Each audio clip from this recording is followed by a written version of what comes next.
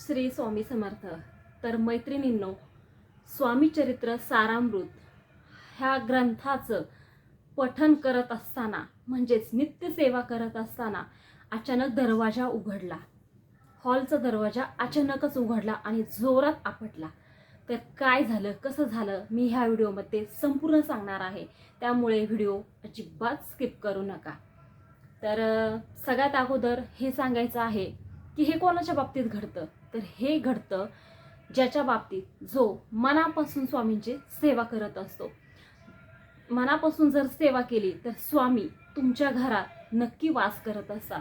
तुमच्याबरोबर स्वामी सावलीसारखे उभे असतात.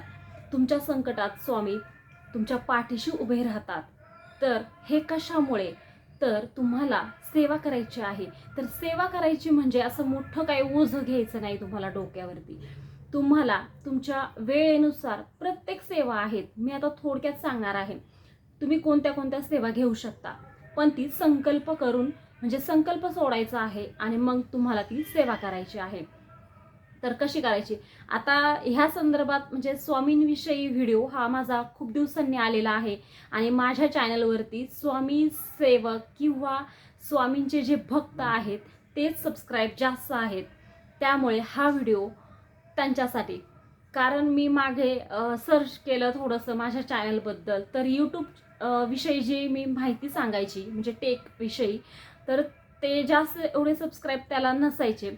जास्त सबस्क्राईब हे फक्त माझे स्वामी सेवक आहेत. त्यामुळे हा व्हिडिओ मला त्यांच्यासाठी बनवायचा आहे. आणि असेच व्हिडिओ मी तुमच्यासाठी बनवू की यूट्यूब संदर्भात बनवू किंवा ब्लॉगिंग टाकू, तर ते मला कमेंटमध्ये नक्की सांगा. तर मला स्वामींविषयी व्हिडिओ बनवायला खूप जास्त आवडतं. तर हा माझा पर्सनल विषय झाला, म्हणजे मला वाटतं ते मी तुम्हाला सांगितलं आहे. तुम्हाला कोणते व्हिडिओ पाहायला आवडतील ते मला कमेंटमध्ये नक्की सांगा. तर आता सांगणार आहे मी की काय झालं नेमकं. तर हे कोणाच्या बाबतीत झालं. आता माझ्या बाबतीत जे काही झालं तर ते मी कधीही खोटं सांगितलेलं नाही. आजपर्यंत मी बऱ्याच व्हिडिओमध्ये टाकलेलं आहे की मला स्वामींचे आलेले अनुभव किती चमत्कार झालेत, काय काय झाले, हे मी सगळं माझ्या चॅनलवरती टाकलेलं आहे. तर हा अनुभव आलेला आहे एका ताईला. काय झालं तर ऐका. तर स्वामी चरित्र सारामृत ह्या ग्रंथाचं त्या ताई रोजचे 3 अध्याय पठण करत असतात. तर गुरुवार असेल मला असं अंदाज आहे. मी एवढं वाराचं काही विचारलं नाही, पण गुरुवार असेल असं तरी मला वाटतं. का पौर्णिमा काहीतरी होतं त्या दिवशी, म्हणजे विशेष काहीतरी होतं. आता मी ते विसरले थोडक्यात, तर सॉरी मागते मी. तर बरं, वाराचं बाजूला राहू दे. तर त्या 3 अध्याय पठण करत होत्या आणि अचानकच, आणि हॉलचा दरवाजा तुम्हाला माहिती आहे हॉलचा दरवाजा किती जड म्हणजे हेवी असतो. तो खूप असं जाड त्याचं प्लाऊड असतं आणि खूप हेवी असतो तो दरवाजा. आणि एवढं काय वारं येत नाही आपल्या घरामध्ये की तो दरवाजा लावलेला. आणि विशेष म्हणजे कडी लावलेली नव्हती. दरवाजा असा लावलेला होता, फक्त त्याला कडी नव्हती. जे साखळीचं लॉक असतं, आता सगळ्यांना माहिती असेल, काहींच्या दरवाजाला नसेल ते साखळीचं लॉक, पण बहुतेक लोकांच्या दरवाजांना असतात ते लॉक, किंवा पाहिलं पण असेल तुम्ही. असं साखळीचं हुक असतं, असं अडकवायचं असतं, ते लावलेलं होतं लॉक त्यांनी फक्त, आणि बाकीच्या दोन्हीकडे लावलेल्या नव्हत्या.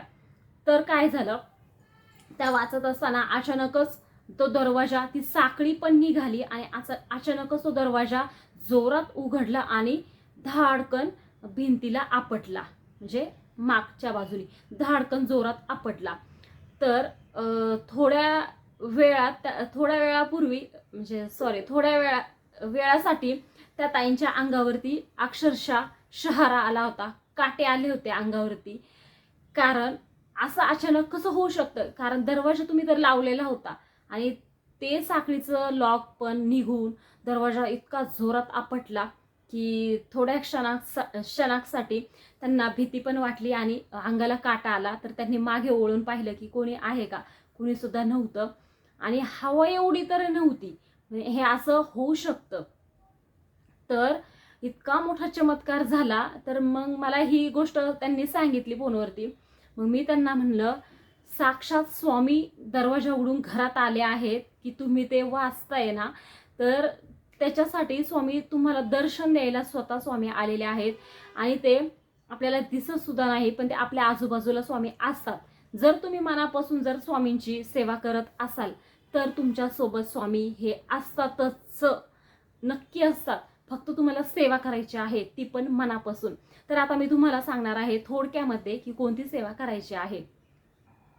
तर सगळ्यात अगोदर स्वामींची आवडती सेवा कोणती, तर हे सगळ्यांना माहिती असेल, पण ज्यांना माहिती नसेल त्यांच्यासाठी सांगते परत. तर स्वामींची आवडती सेवा स्वामी चरित्र सारामृत हा ग्रंथ छोटासा आहे, 21 अध्यायांचा आहे.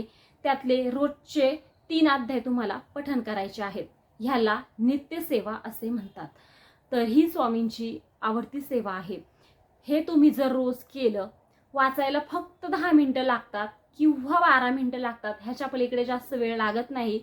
आणि त्याच्या व्यतिरिक्त तुम्ही तुमच्या इच्छेनुसार तुम्ही जपमाळ करू शकता, 1 वेळा, 3 वेळा किंवा तारक मंत्र. ही सेवा तुम्ही घेऊ शकता. आणि ही सेवा तुम्ही रोज जर केली तर नक्की तुमच्या ज्या काही अडचणी असतील त्याच्यातून तुम्हाला मार्ग मिळणार आहे. आणि स्वामी देतात, नक्की देतात. फक्त वेळ आली की स्वामी देत असतात. अनुभव घ्या, सगळ्या लोकांना अनुभव आलेला आहे. आणि आपल्याला असं वाटतं की आपण अडचणीत आहे. जेव्हा आपण स्वामींकडे आपली अडचण किंवा आपले जे काही असेल, आपण ज्या काही संकटात असेल ते स्वामींचरणी आपण सोपून द्यायचं आणि फक्त सेवा करायची. आणि सारखं सारखं ते स्वामींना सांगायचं नाही, कारण ते ब्रह्मांड नायक आहे. त्यांना सारखं सारखं सांगायचीही गरज नाही. त्यांना नाही सांगितलं तरी पण त्यांना कळणार आहे की हा माझा भक्त कोणत्या संकटात आहे, कोणत्या ह्याच्यात आहे, वाईट प्रसंगामध्ये माझा भक्त आहे, हे स्वामींना समजत असतं. त्यामुळे तुम्ही फक्त मोकळ्या मनाने, निस्वार्थपणाने स्वामींची सेवा करा. न मागता स्वामी तुम्हाला योग्य वेळ आली की नक्की देत असतात. तर हा झाला चमत्कार, एवढा मोठा चमत्कार झाला. तर तुमच्या बाबतीत पण होऊ शकतो. आणि माझ्या बाबतीत पण खूप सारे चमत्कार किंवा खूप सारे अनुभव झालेले आहेत. किंवा तुम्हाला हे जरी सेवा करायला शक्य नसेल, तुमच्याकडे जास्त वेळ नसेल, तर तुम्ही छोटीशी सेवा आहे, फक्त स्वामींचा षडाक्षरी मंत्र आपल्याला म्हणायचा आहे. मनातल्या मनात म्हणा, जोरात म्हणा, कसंही म्हणा, पण म्हणा, बोला, तोंडातून बोला, मोठ्याने बोला, की आपल्याला ऐकायला, आपल्या कानावरती आपले शब्द पडल्यावर सुद्धा आपल्याला खूप भारी वाटतं, प्रसन्न वाटतं. रोज सकाळी आंघोळ झाली की तुम्हाला जर देवासमोर दिवा लावून जर ही सेवा करता येत नसेल, स्वामींचा मंत्र बोलता येत नसेल, काम करताना बोला, फक्त म्हणायचं आहे श्री स्वामी समर्थ, श्री स्वामी समर्थ. कंटिन्यू आपल्याला श्री स्वामी समर्थ. जेवढा वेळ तुम्ही थकत नाही तोपर्यंत तुम्ही हा षडाक्षरी मंत्र जरी बोललात, दुसरी कुठलीही सेवा न करता हा जरी मंत्र जरी बोललात, तरी सुद्धा खूप सेवा झाली. ही खूप सारी. फक्त ती तुम्ही किती अंतःकरणापासून करत आहे हे महत्त्वाचं आहे. तुम्ही ढीगभर सेवा केली आणि मन दुसरीकडे तुमचं भरकटत असेल तर त्याचा काहीही उपयोग होत नाही. पण जी काही सेवा कराल तुम्ही 5 मिनिटाची जरी कराल, ती मनापासून जर केली तर ती स्वामींपर्यंत नक्की पोहोचणार आहे. तर माझा व्हिडिओ कसा वाटला, तर नवीन असाल तर चॅनलला सबस्क्राईब नक्की करा आणि व्हिडिओ कसा वाटला हे कमेंटमध्ये मला नक्की सांगा. तर धन्यवाद.